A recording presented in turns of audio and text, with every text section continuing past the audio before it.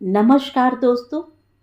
कहानियों की श्रृंखला में आज सुनेंगे सुप्रतिष्ठित कथाकार नीलम कुलश्रेष्ठ जी की कहानी चांद आज भी बहुत दूर है।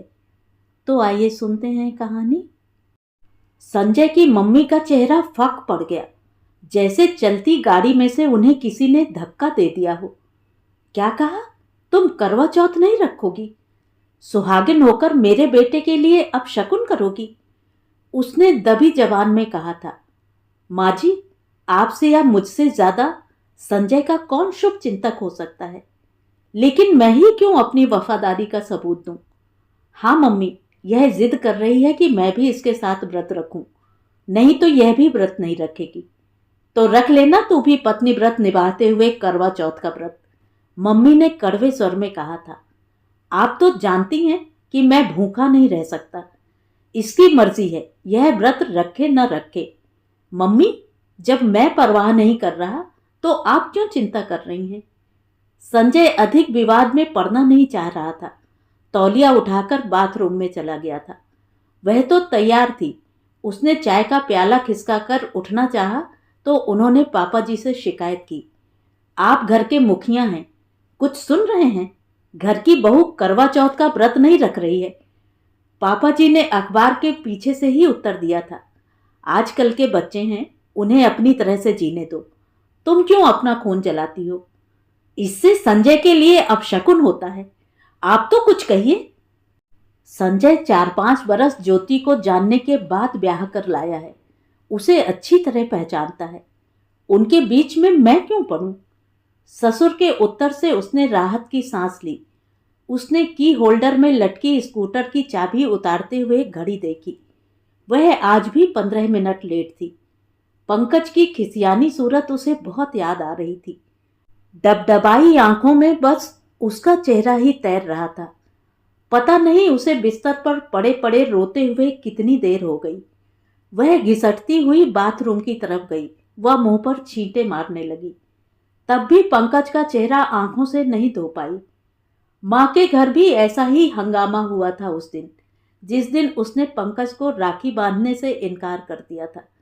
तब शायद वह 14 बरस की थी। माँ उसके कमरे में घुस आई थी।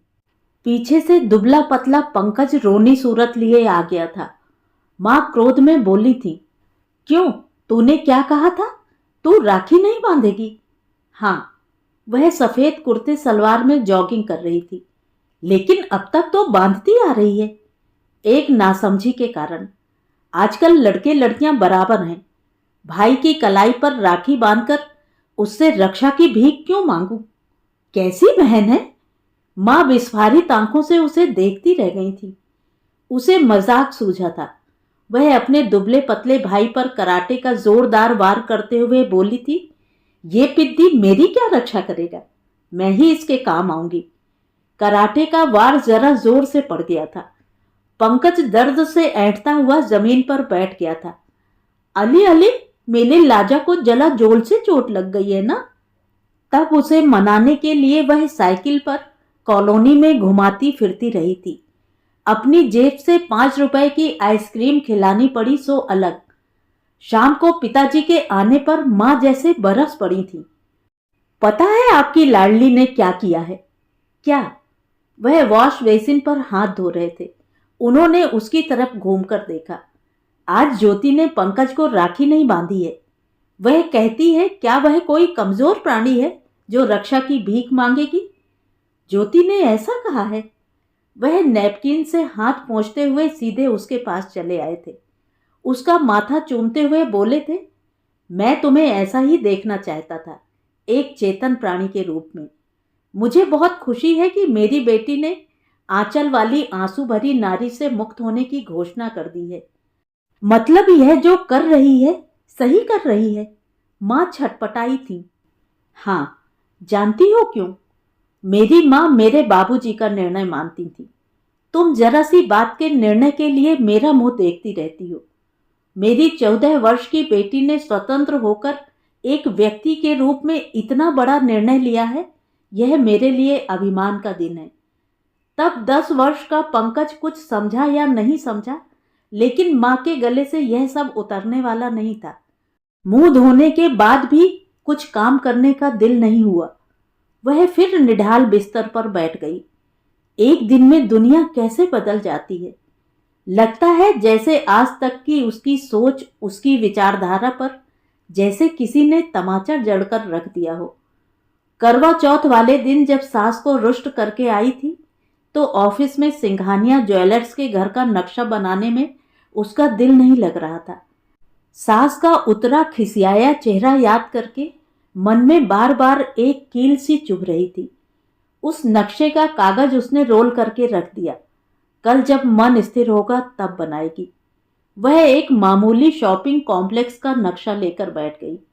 थोड़ा बहुत काम करने के बाद वह 3 बजे छुट्टी लेकर घर चली आई।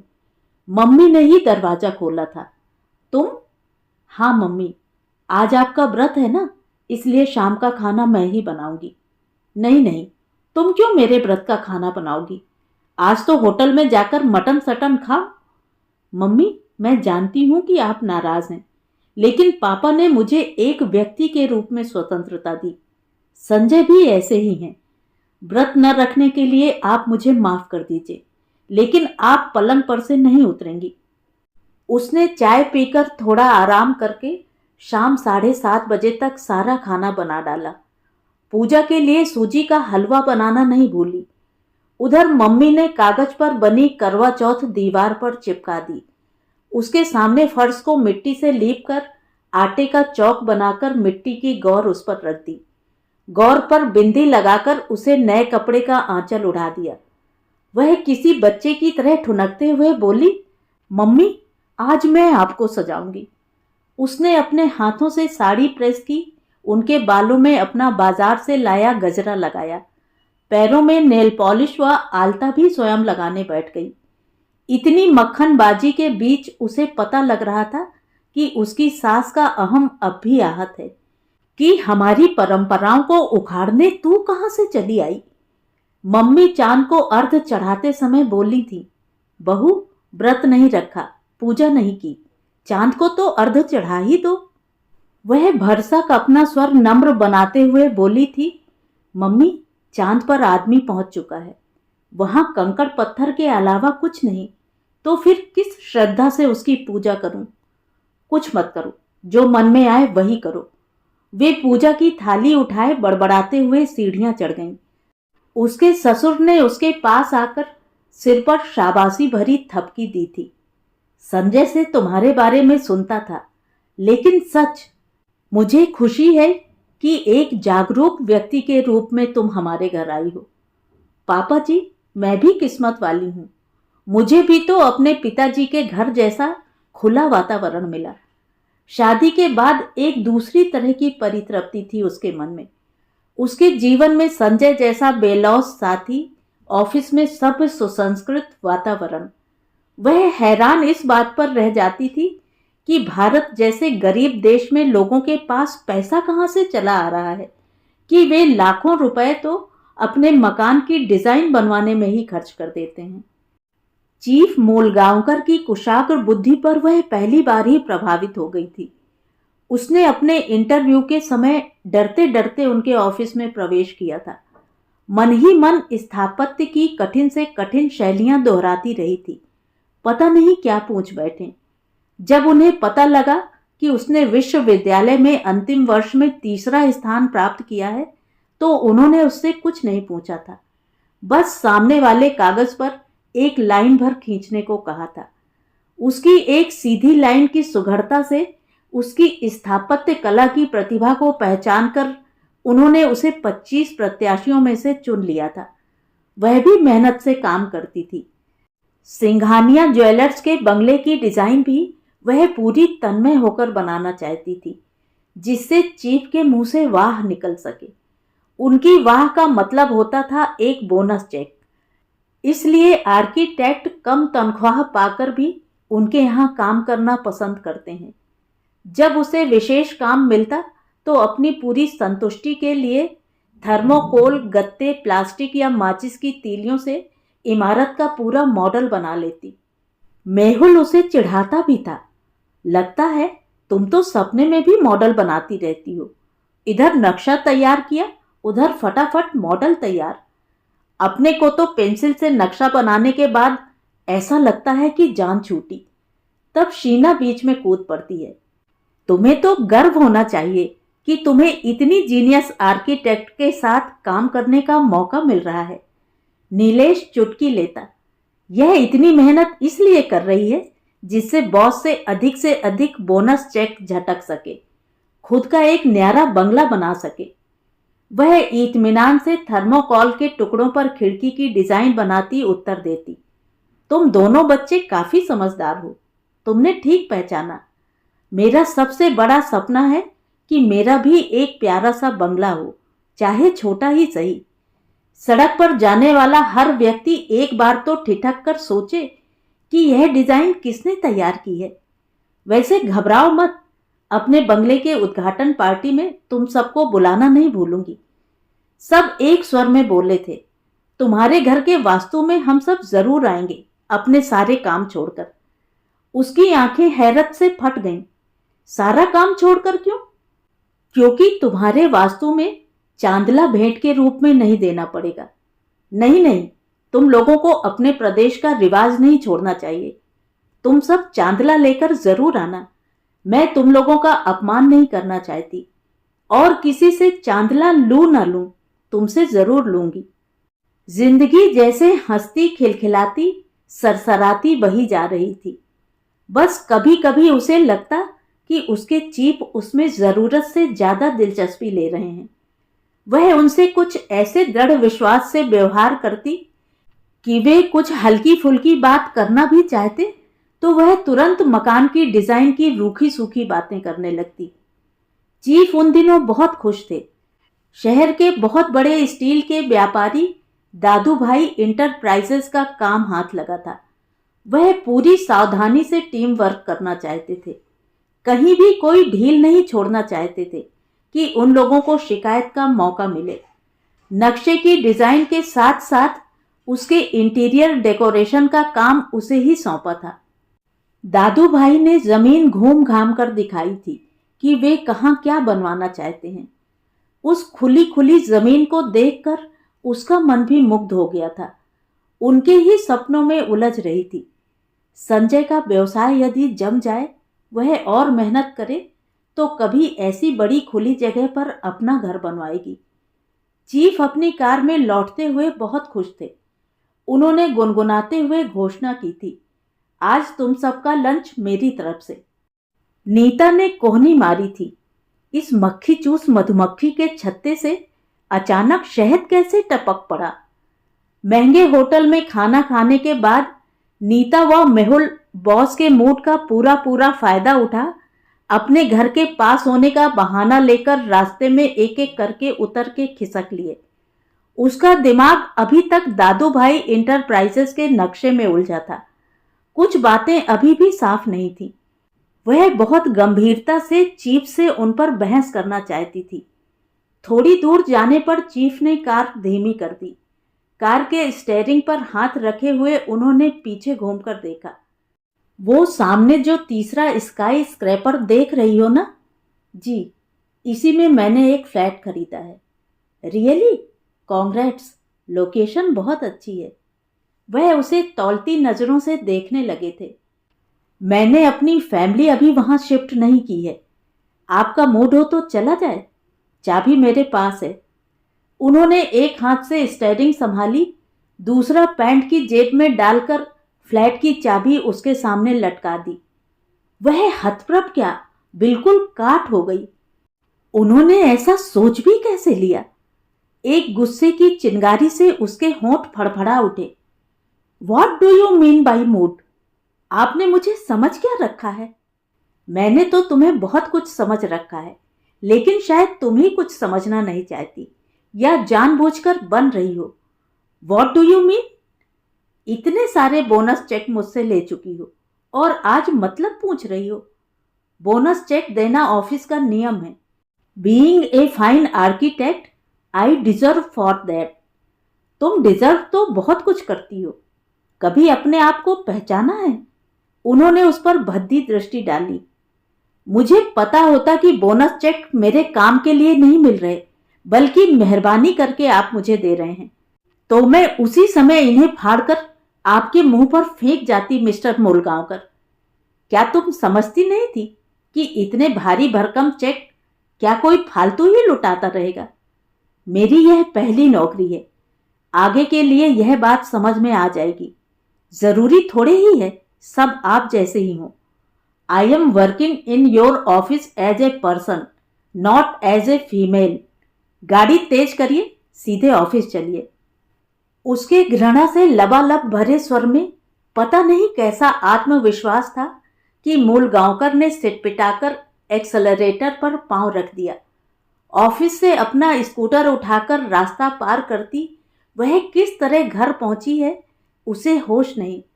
आज पहली बार पलंग पर उल्टी लेट वह सिसक रही है। एक तीखी घृणा ने उसे अंदर तक हिला दिया है। वह अंदर तक बेहद आहत व अपमानित महसूस कर रही है। शाम को संजय ऑफिस से आकर उसकी सूजी आंखें देखकर चौंक उठे। यह क्या हालत बना ली है? वह उसके गले में बाहें डालकर हिचकी भर भर कर रो उठती है। उन्हीं सिसकियों के बीच उसने उन्हें वह सब कुछ कह सुनाया।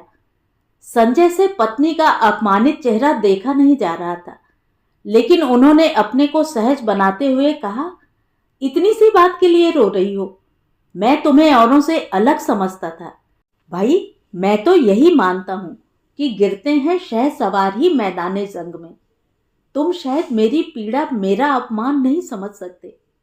आज मैंने जीवन में पहली बार जाना है मैं स्त्री हूं, मात्र एक स्त्री। मैं मूलगांवकर आर्किटेक्ट्स में अब फिर पांव भी नहीं रखूंगी। तुम इतनी हताश क्यों हो रही हो? तुमसे कहता कौन है कि नौकरी करो? तुम जानते हो मैं घर पर खाली नहीं बैठ सकती। जब मन स्थिर हो जाए तो दूसरी नौकरी ढूंढ लेना। संजय अपनी बाहों में उसके कंधे घेर लेता है। वही सहारा उसे बेहद राहत पहुंचाता है। उसे पहली बार लगता है क्यों सिर्फ नारी बहन के रूप में भाई की कलाई पर राखी बांधती है, क्यों सिर्फ नारी पति पुरुष को फूलों के हार से बांधने की पहल करती है। उसे लगता है वह इसी सुदृढ़ सहारे पर टिकी ऐसी स्थितियों से जूझती कहीं दूर निकल जाएगी। इस घटना के बाद अगले हफ्ते वह रसोई में सबके लिए नाश्ता तैयार कर रही है।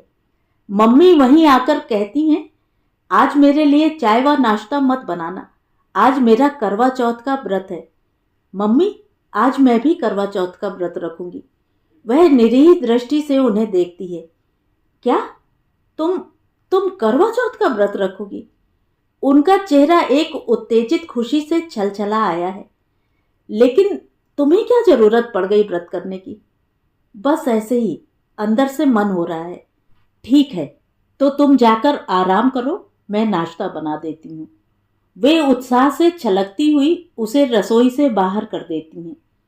वह रात को शादी का गोटा जड़ा लहंगा पहने, माथे पर बड़ी सी बिंदी लगाए, पैरों में आलता सजाए, सास के साथ पायल छनकाती सीढ़ियों पर चढ़ जाती है।